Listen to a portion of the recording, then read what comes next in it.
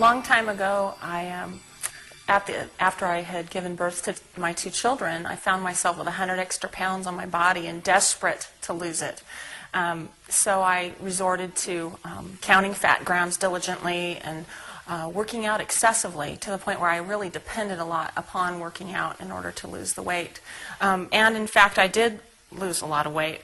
But I was obsessed by the whole idea of exercising and would feel incredible guilt if I didn't, and fear, a lot of fear, incredible fear.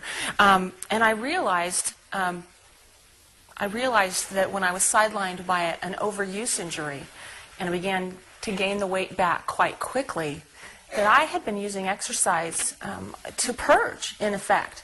I still had a problem with food, but I had been coping with it by exercising more.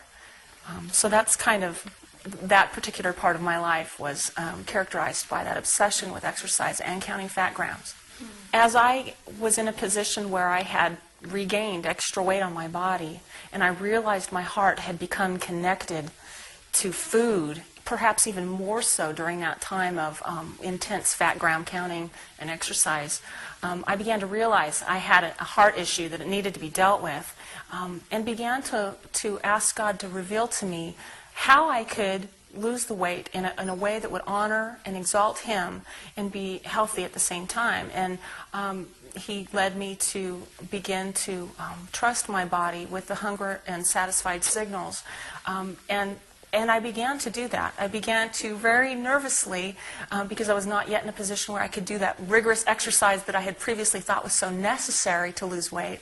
I began very nervously to try that. And slowly I began to experience some success. Just as I was beginning to reintroduce exercise into my life in what I felt was a balanced way, but still very nervously, because I knew I might be prone to resort to that compulsion aspect of it again, I had an incredible, violent rollerblading accident where it is not a good thing to combine no pads and no helmet, a fast dog, and a steep hill all in one trip, because it resulted in an ambulance ride to the emergency room on Easter Sunday one year. And I dislocated my ankle and broke my leg. And because of the nature of the injuries, was looking at surgeries, 2 surgeries over the summer. And so I was basically immobile. I went from being, relatively active with small children and beginning to introduce exercise into my life again to nothing. So that was a challenging time. All of a sudden I was faced with, well, would I trust God with the hunger, fullness signals there in my bed or not? And so what did God show you?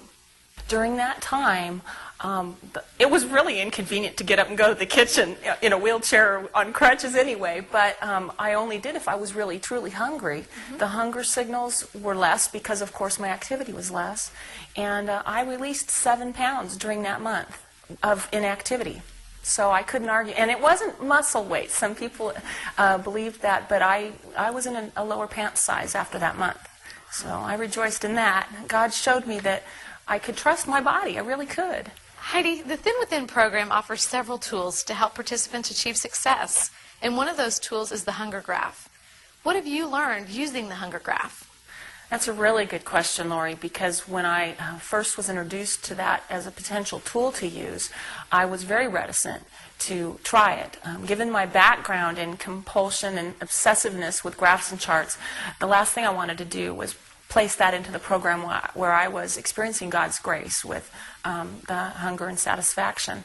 What I discovered, however, was the hunger graph was a tool of grace that God showed me that I don't have to be black or white about this, that if I ate one bite beyond satisfied, I wasn't in some place of terrible condemnation. We could call it a 6, and we could observe and correct and move on.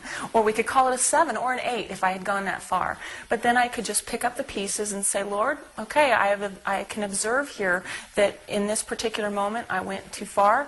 Let's move on. And so it was used as a tool of grace for me. Not only that, but using the hunger graph, I was able to, over the course of a week, several days even, I was able to say, I could observe where I had difficulties maintaining the range that I wanted to eat within, the 0 to 5 range. And I began to notice a pattern that every day at about 3 o'clock, even though I was at a 3 or so, I would go ahead and start munching. And so what I began to do was my correction about 2:30 or so, I would begin to spend some time either with the Lord, additional time, and refocusing and recommitting before that urge, that heart hunger or whatever hit at 3 o'clock, before that hit. Or I might just go out and do another activity. I might mow the lawn or whatever, something to keep me from that rut of 3 o'clock, eating just because I wanted to. And so it was a tool God really used to display His grace, and that we could keep on, even through those moments where we had gone a little bit beyond what our goal was.